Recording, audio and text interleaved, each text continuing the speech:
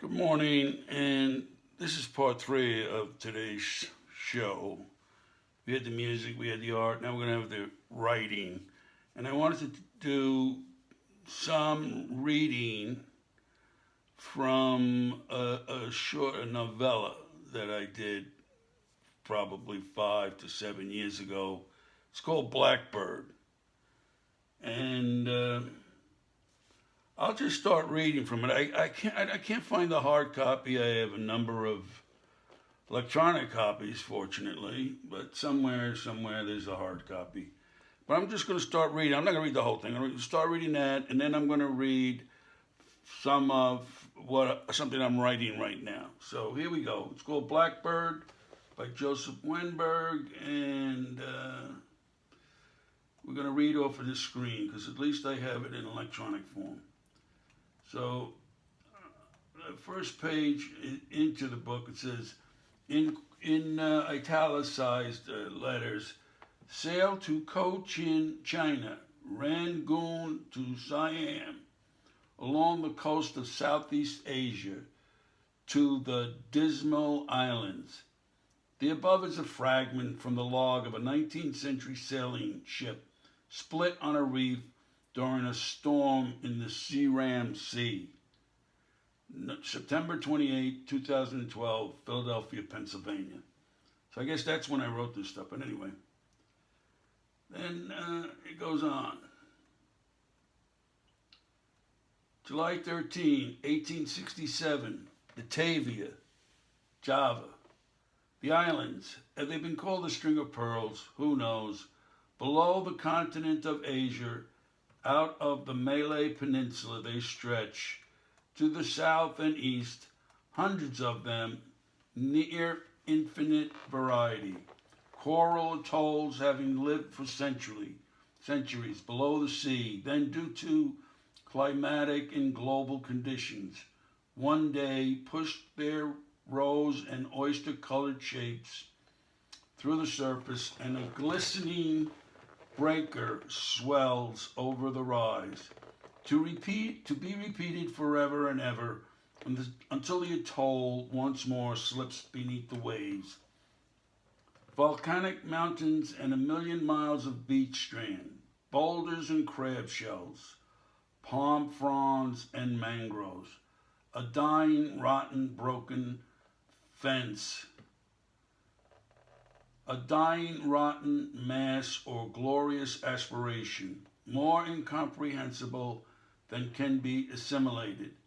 They form a broken fence off the mainlands of the region, offering a first step to islands ever more distant, ever more calling.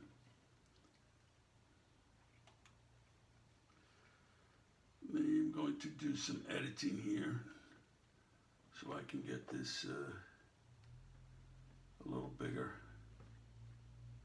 Edit. Select all. Okay, font size. 16. Okay, now maybe I'll be able to read it. I'm sorry for this.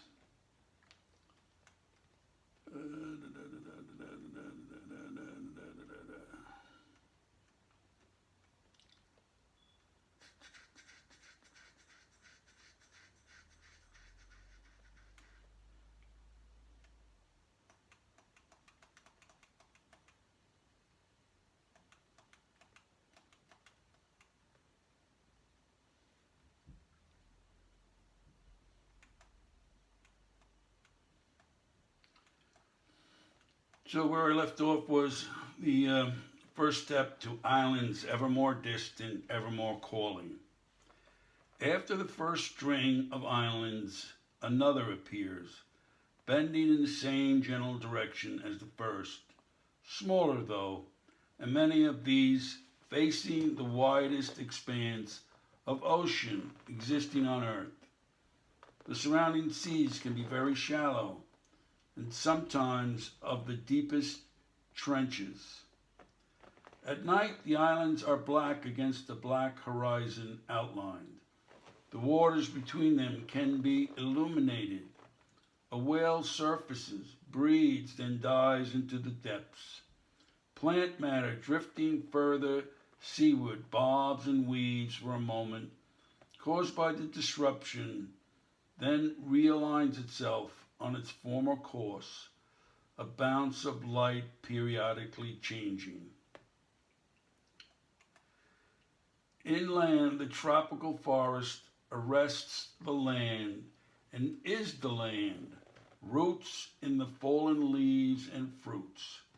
Slashing rains create torrents that carry off plants and trees, clearing spindles and spokes, leading in every direction. And when the rain finally ends, leaving a separation, making it seem a river was here but soon closes in, and the leaves block the light from the new plants just taking root. There is the sun. The trees can be in a breeze, blossom flowers fragrant fill the air. Fresh water caught in underwater tanks flow long enough year to year to give the land its motion, carrying foodstuffs to every living thing the islands need. In the canopies, smuggled and eating those fragrant blossoms, what is animated moves as if to is a part of the overflow drip drop. Nothing silent but the vibrant notations of islands adrift in a universe only briefly hitching a ride because the night is too dark and lost in sea drift, drift, drift. Pandanus root, betel nut, finest silk woven plant matter coverings and shields laid upon by rice terrace paddies, yanking a fine water buffalo, and in the temples burning incense and taboo can extract enough substance to feed. But rain can be pelting and even cold. On islands that cannot hold the rain, it is arid, scrub grow, a place of hottest sun, and each tide uncovers the strands, scrapes and rearranges, fells another palm, coconut to the current. As the universe itself has and always will be, such are these islands, eternally fixed in their position, under a constellation of stars grasped by the cosmic. Granite and obsidian, silicon and gold, nautilus and lamprey, ornithopod, orangutan, Coleoptera, waterfalls cascading down precipitous hills, trees of evergreen broadleaf sinking a twisted mass of roots into the sides of these hills, in a way seemingly most unlikely they should persevere, but be washed into the accumulating rivers below and carried out to sea in the same sort of action that from the most remote regions of Asia and Southeast Asia, the Himalayas and the Brahmaputra, the great rivers of Siam, similar float sand reaches these islands.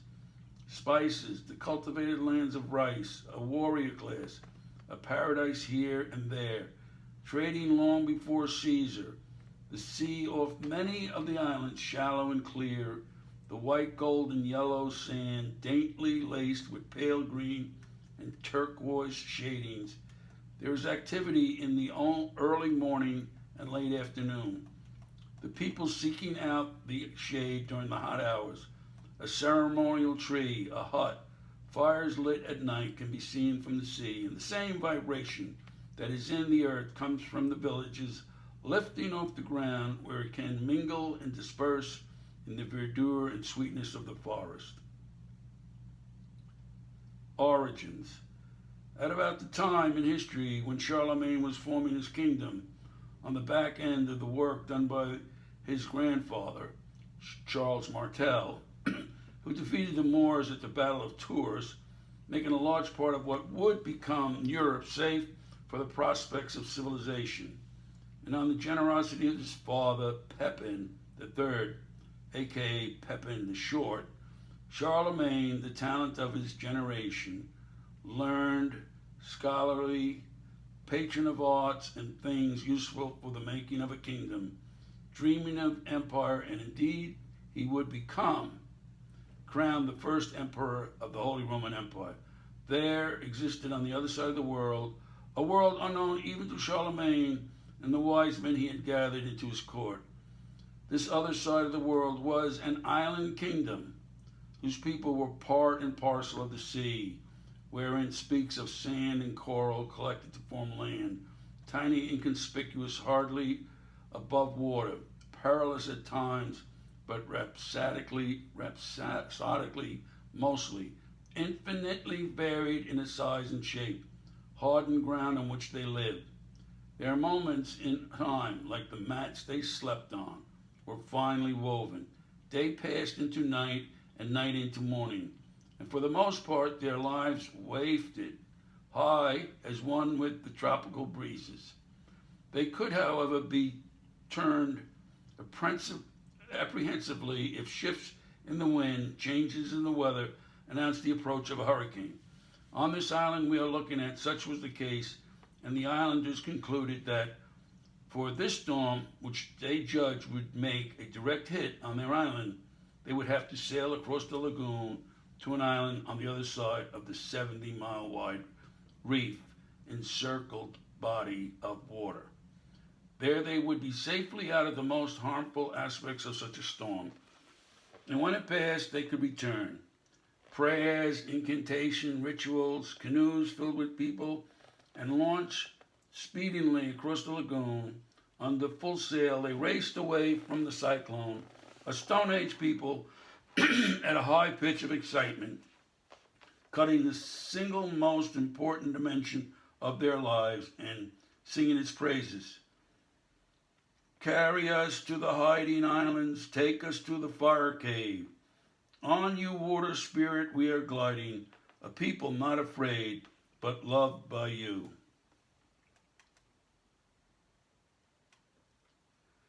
And I'm going to cut it off there and go to the next piece that I'm going to read, which, like I said, is something that I'm currently working on. And I'm going to close this out first, though.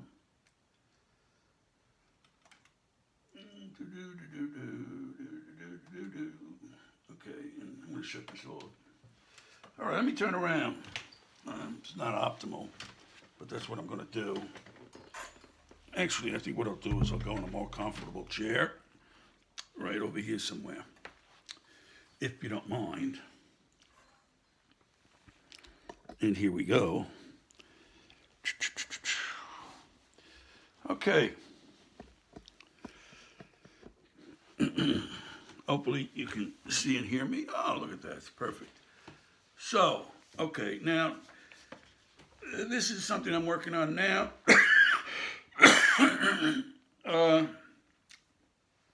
My working title for it is Why the War in the Pacific Became the War in the Pacific. And just a little background is I did spend many years via the Vietnam War in the Navy and over there. I think I made 3 cruises on an aircraft carrier to the Tonkin Gulf of Tonkin, and I made another cruise on what was a submarine rescue vessel, which basically was a ocean-going tugboat. It was the Chanticleer, by the way. I think it was built in 1939. It had a locomotive diesel engine as its engine. One engine, one prop. A little precarious out there. But anyway, we made that, and that was a trip to go all along the coastal ports of the Far East, places like Taiwan, Okinawa, what is it, in Korea, I forget, Busan, the Philippines, Nha Trang in Vietnam, and certainly, I think it's, what is that up there in Japan? But, Hawaii, of course. Lots of places, and back over on Hong Kong, like many times, until I got very much taken with the place, and like I don't know how many other sailors did what I did when they were over there, but I did my own independent explorations. Not that I didn't go out and have a good time. We all did that. But the point is, I also would spend considerable amount of time exploring. And, I could have did that for the rest of my life. I'd have been perfectly happy. But to be that as it may, I came back and further complicated things by leaving a perfectly wonderful life just a little north of San Diego. I had one of these roadsters, a Triumph TR4, young, healthy, but I left it to go back to New York. Oh, goodness gracious. I came from a family that everybody's very tight, and you go back to the family, and I got about 100 miles away from there, and that's it. But be that as it may, I had this fascination, and I always have, with the East and the South Pacific. And, I'm going on and on here, but what was funny is even though I thought I was in the South Pacific, it really wasn't. All of those trips I did were north of the equator. And had I known how close I was to places like Java and Borneo and Indonesia, Sumatra, New Guinea, had I known the Solomon Islands, maybe I would have made some attempt to get over there, but I didn't. I thought I was in the South Pacific, but I wasn't. I'm only recently coming to the ability to pinpoint, like where is the Coral Sea, and where does the South China Sea exist, and where did Captain Bligh maneuver his boat through the islands to get to that port, that Dutch port, so his men were saved after their 3,000 plus open boat ocean voyage, and all that area, I'm starting to get some sort of a hint of where these things are. And I started, I always have been interested, but more to the point, I'd say in the last couple of years, particularly reading accounts of Guadalcanal and the Solomon Islands, and even Michener's Return to Paradise, which I had read a long time ago, and I reread it, and a number of other things. A really very valuable source of information for a lot of this was a biography on General Joseph Stilwell, who, if you want to know about the Burma Road, you got to read about Joe Stilwell, or Vinegar Joe, as he's called. Just another one of these incredible people that goes under the radar. Incredible. Anyway, so I want to write. I don't write. I wrote a lot of poems and all that stuff. But the point is, and a lot of short stories. And Blackbird is not just the only thing. I mean, there's a lot of short stories, there's a lot of poems, and I've been negligent to my writing. Basically the painting and the music took over a great deal. So I started this thing. So let me read this. Now this is going to be an accounting of history. This is not fiction. This is accounting of history, but it's not scholarly either. It's, I hope, a fresh look at something that's been seriously looked at by, a gazillion historians, the Pacific War. I think if you go to the libraries, the number of shelves dedicated to World War II, Europe versus Pacific, I mean, it's like 10 to 1. Europe being the one that you see most books on. But still, the number that's the Pacific War is fairly large. I mean, it's large. I don't know what else to tell you, but it's large. Certainly a lot more on that subject than, say, how we can become a better form of animal. I'm being funny. I think there's a lot of books on that too, all those self-help books. But listen, and I'm looking at my last painting while I'm reading this. The last painting, it was the first one I put up there. That one. You see that one? Anyway, I'm looking at that while I'm reading this, which is pretty nice, pretty nice to have a little something that I like to look at while I'm reading. So here we go. Why the war in the Pacific became the war in the Pacific. In progress. Knocking around the Far East during the Vietnam War, I developed an interest in the area far greater than, say, the man standing next to me. In parallel with all this was the killing of infants, sons and daughters, brothers and sisters, mothers and fathers. Anyone yet to think to write a book that looks to find some root causes for the war in the Pacific during World War II would seem to be folly. But as the title of the book says, "'Tis folly to be wise." I will take any folly along with the wisdom I can get. Some of the ideas thrashing around in my head before I got started were: did the geography play a role? European influence when the great powers were finished beating up and slicing up Africa, 1876 to the beginning of World War I. They saw the Far East would be their next perfect plum, although they knew not that Eastern Asia was a greatly different kettle of fish than Africa. One writer I came across states China and Russia are not nations or countries, but worlds. I agree. And what were the Japanese thinking as they planned for the total enslavement of China and subsequent mastery of the world as they sought to emulate the Germans? Humans, prehistoric humans, north of India moved south, east, and southeast. Some carried Neanderthal genes. They put people in India, Southeast Asia, Indonesia, China, and Japan, and the Pacific Islands. One of the raw materials for war piled up on these vast lands, and not insignificantly over the volcanic line known as the Ring of Fire. These people made their unique civilization, and they made them again and again, as unrest was the key to the game.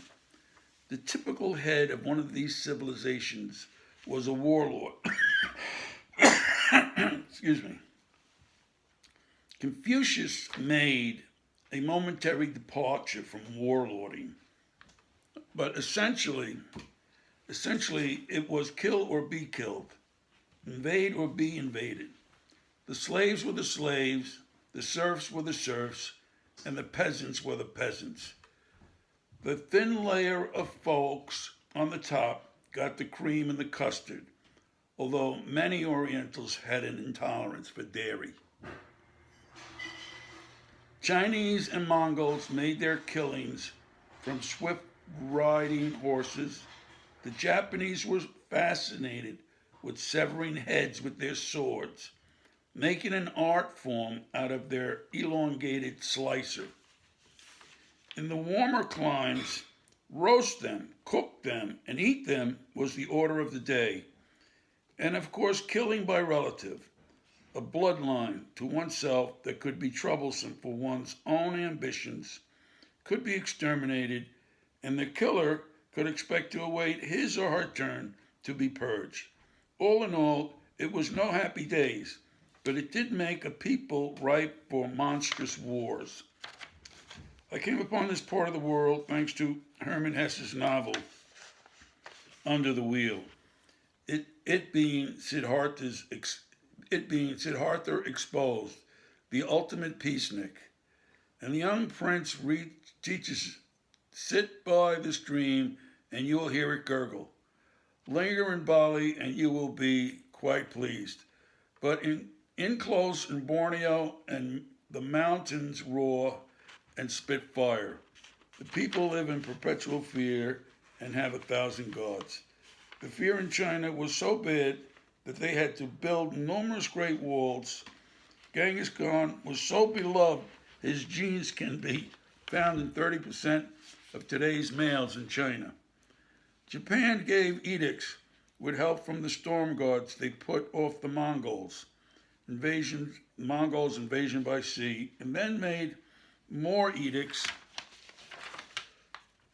If there had been an emperor, he would have said, hiding behind his paper wall, "Bring me all the tea in China," as China was always on their radar, but never as much as after World War I. Too bad for me I'm reading about war and the preliminaries to war, as it becomes clear that war is a constant of human activity. Japan needed to bowl over China because they needed China's rice bowls, no pun intended. Just like the so-called savage people before them in the teeming jungles, the frozen ice packs, the plains and steppes, when their land would no longer feed their people, they raided their neighbors, taking food and captives. Commodore Perry took down the Japanese curtain 200 years after Japan kicked out the first Europeans who had penetrated that strange civilization. Mostly Jesuits who were not without their own particular brand of strangeness themselves. Japan, not wanting to be a player in foul-smelling, low-breed hordes of the barbarian nations, and all but themselves were barbarians, squirmed for a few decades post-Perry, but eventually sought to find a way to survive with the wrong-thinking invaders lining up at their shores. The queuing this time was not so much for taking as it was to selling stuff, as the powers knew more and more an unquenchable need for markets. Sometimes this worked, as in the former model of world aggression, by taking silver out of a country in exchange for goods, as was the case with the powers in China, subsequently causing economic collapse, the exchange being Chinese silver for opium, supplied by the powers. Let me go back to Vietnam for a brief interlude. At the time of these hostilities, the Kool-Aid to drink was that the United States were there to support the rubber industry and their good friends, the French. But I found out otherwise in the course of doing research for this book. At the end of World War II, the U.S., by treaty, took responsibility for what Japan had seen as the co-prosperity sphere and that far-reaching area, East Asia, Indochina, the Philippines, Vietnam, and in their eyes, Borneo, Bali, Brisbane, and beyond to Bombay. Now the U.S., as Japan's big brother, was responsible for security in those reaches of the globe. I would caution those who set out to ratify treaties to beware, as all are little more than rabbit holes to hell. As I started at the top of this dialogue, it might be a good thing to explore the geography of the area and how it related to the making of peoples who themselves could make war. And I think I'll stop there as I'm kind of introducing a new subject.